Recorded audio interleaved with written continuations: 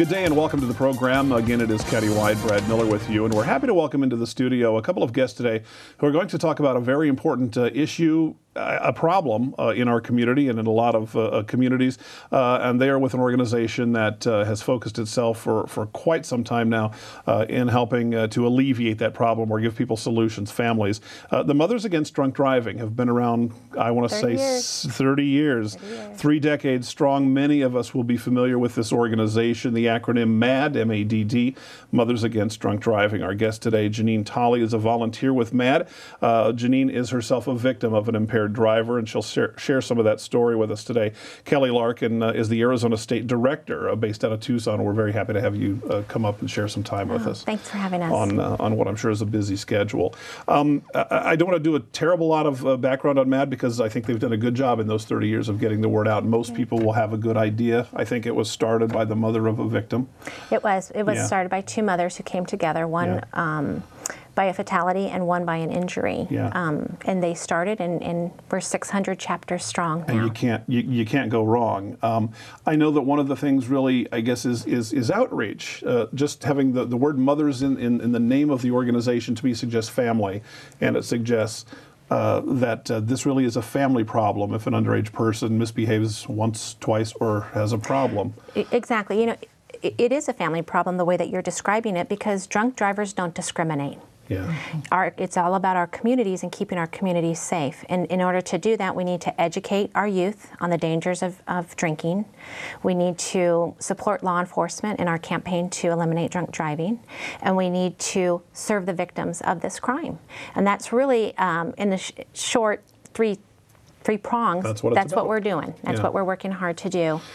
And wouldn't it be nice if 20 years ago MADD could have folded its tent and there was no problem, and we all know better? Yeah, you know, I can tell you statistically, our crashes for the state of Arizona continue to go down. However, that is wonderful, but our arrests are still going up. And we really feel that that is because law enforcement really has stepped it up to the next notch and is really out there looking for impaired drivers to keep our streets safe. The average person drives 87 times before they're caught the first time. Impaired drivers? Impaired, drunk drivers, yes. You know, 1 in 5 are impaired on our roads at any given time of the day. You know, so it is amazing that we are stepping up the enforcement, getting them off the roads, you know, and hopefully that those offenders will look back and go, wow, that's the best thing that could have happened to me, because at least I'm here to talk about it, and so is everybody else. Yeah, you hate to think it takes something like that, but maybe it does. You think insurance costs, you think costs of police to go out and do all those things, but the worst thing that can happen, Janine, happened to you. Yes. Tell me, if you would, and I know it's a tough story, but we appreciate you sharing it, and hopefully it'll make an impact and make someone who might have driven impaired 86 times to just not push it any further. But you were injured by a DUI, an impaired driver. Yes, and actually in the state of California. Okay. I was on my lunch hour. It was on November 13th of 2008 at 12:10 p.m. I had just left my job in Fullerton to go on my lunch break and was at a red light on a surface street in Anaheim, and in the process of making a business call, never saw him coming. He hit me at 35 to 45 miles an hour. He never applied the brakes. He hit my back quarter panel and my left-hand turn signal. Had he hit me square, there were 3 SUVs from the limit line back from that intersection. I would have been plowed into the SUVs, and I would have been killed on the basis of their investigation of the crash. So he tried to leave the scene of the accident by stepping on the gas because his tire was connected to my back tire, at which time he bent my uniframe of my Chevy Cavalier LS Sports Coupe and totaled my car.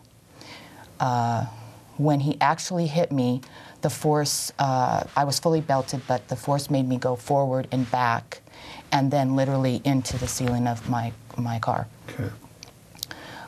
He then hit the back quarter panel of the SUV in front of me, only injuring the car, not the driver, thankfully, and then proceeded to tried to stuff the airbag back into the steering column of his car and turn the ignition over.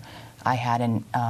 He absolutely intended to run away. Correct. To drive away. I had an innocent bystander come to my aid and literally call on my business phone 911 for me and my boss. Then when he saw what the DUI driver was doing, through no thought for his safety, he climbed through the open passenger window of the DUI driver's vehicle and pulled the keys out of the ignition. Wow. Because he was trying to turn the car over to leave. And then an argument ensued about trying to get the keys back from the DUI driver, and he was told from the person who came to my aid's name was Mark, and that he was not going to get the keys back until the police arrived, that he had severely injured me, and that the ambulance was coming for me. He didn't care, the DUI driver. He then proceeded to walk away completely from the scene of the crash, and Mark physically restrained him on the curb till the police showed up. Wow, a real hero. Yes. But can I ask, were you conscious during this? Were you aware of any of those goings-on? I learned a lot of information as far as the airbag being stuffed back into the steering column and whatnot. Yeah. When I was hit, all I remember is like the sound of metal. Sure. And a jolt. And then it was like kind of a fog. Yeah. And I just was really trying to wrap my mind around what just happened, because I was trying to make a phone call and never saw him coming. At what point did you learn he was an impaired driver? I would assume probably later. I think, if I'm not mistaken, it was substantiated with the police report, an investigation, but Mark had told me. Okay. He's impaired because of his actions, you know, and how he was acting. And sure. I can't. What I'm kind of getting at, I can't kind of get my head around the rage that I think I would feel. How did you feel when you found out that this man was impaired, shouldn't even have been on the road? Well, it was the next day when I had to clean out my car that I had paid for myself without the help of my husband. I had just paid it off 2 months prior completely, and come to find out that not only was he impaired, but he had a suspended license. It was his third DUI in 10 years, and he had no insurance whatsoever. I remember sitting outside of Anaheim Police Department crying my eyes out.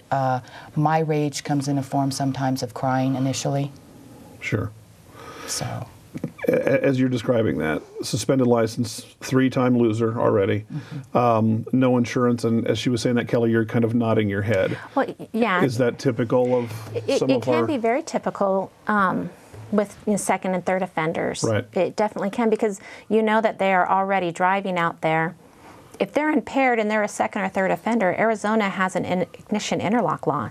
So if that is not in their car, they're driving on a suspended license, which means no insurance, right. which in turn, like you were mentioning earlier, costs all of us about $500 a year in premiums and services for not only victims, but for jails and things of that nature. Just it's just tough. You know, just hearing your story, let alone to have lived it, to think this guy, just the degree of I don't care is hard to acknowledge in another human. That he just obviously didn't care for you or even himself, let alone everybody else around that was not directly impacted. Can I ask you the legal outcome for him? Did he get jailed? Do you know? He was remanded that day.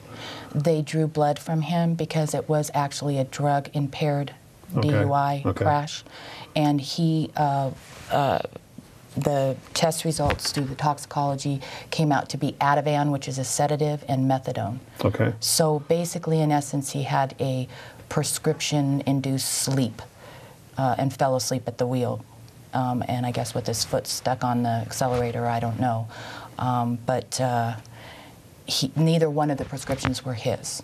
He had stolen him, and another common thread that we hear with impaired driver cases. He had a warrant out for his arrest, so that was a lot of the reason he was trying to flee the scene of the crash. So it shouldn't have been on the road in a lot of rather than just the fact that he had caused the crash. Right. It had less to do about that initially, I think, than him knowing he was going to go to jail, and he didn't want to go to jail. So. A lot of folks with the Mothers Against Drunk Driving have heard these stories and even worse. The loss of life, obviously, because of impairment. We all probably know a story or two like that. Our guests today are fighting against that. Janine Tolly and Kelly Larkin are with the Mothers Against Drunk Driving, MAD, in the Verde Valley, picking up steam. Are we forming a new chapter? Am I saying that right? Or we've always covered this area, okay. But now that we have Janine as a permanent resident up here, she has kind of taken on the giant job of getting a MAD, what we would call a community action site, organized up here. Want to do more. Want to do more. You know, Janine has already gone through victim advocate training, so she's a trained MAD victim advocate to help others who have been in similar situations like she has been in. Not only injured fatalities, but even property damage. Right. Janine is prepared to do that. She's really wanting to work in our new Power of Parents, It's Your Influence, our new MAD program, working with parents of teens on how to talk to your teens, right. Look for signs about drinking. Because again, as we talked off air, it's a huge problem as well. Yeah. You know, we I hate to break to rush you, but we do need to take just a short break, so we'll go ahead and we'll do that. There's plenty more to come. We'll talk with Janine and Kelly with the Mothers Against Drunk Driving when we come back right after this.